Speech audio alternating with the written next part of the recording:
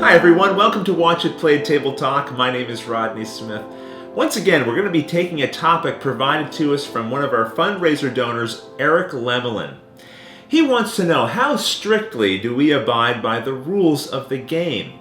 Do we follow them to the letter, or sometimes if we feel like a rule isn't working for us or our group, are we comfortable changing it? Maybe making a few modifications, or does the idea of straying away from the designer's original intention make you so uncomfortable that you just can't do it? This kind of fiddling with the rules is most often known as house ruling, and Eric has done this for a few different games. One of the ones he mentioned to me was Zombicide. He doesn't really like the way ranged weapons work in that game, where if you target a space, and let's say there's multiple zombies there, well, even if there's just one survivor, you always automatically hit the survivor first, which means you're either a really bad shot or you don't like your friends very much.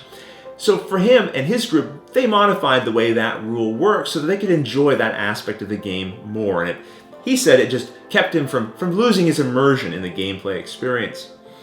Designer of Mice and Mystics, Jerry Hawthorne, he said that, listen, once you buy one of his games, it's your game, so if there's some aspect to the gameplay that you're not really enjoying and you can see a way that you would enjoy it, then go for it. Change how you play so that you can enjoy that gameplay experience.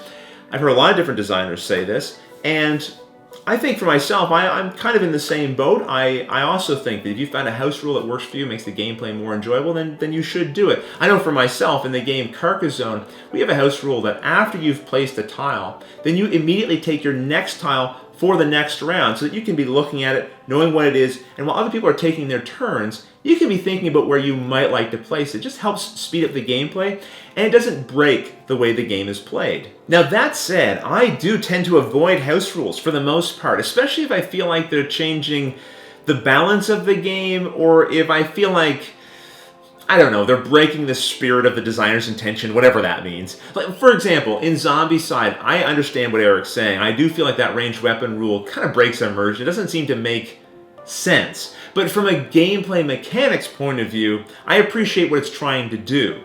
It makes ranged weapons good because you can stay out of the fray, but you have to be careful because you might hit a survivor if you don't plan things well. It also makes those melee weapons all that much more valuable, because although now you're going to have to run into that crowd, it allows you to target zombies rather than hit survivors. So I like the challenge of that particular rule, but again, I understand how that could upset somebody, and I can appreciate why someone might want to house rule that.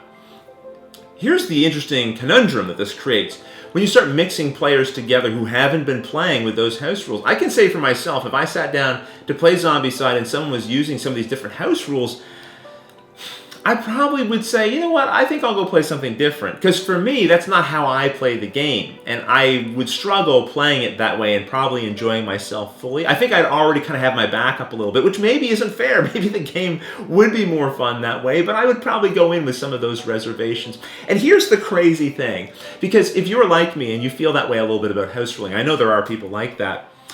I love expansions to games. And what are expansions except house rules that you pay for?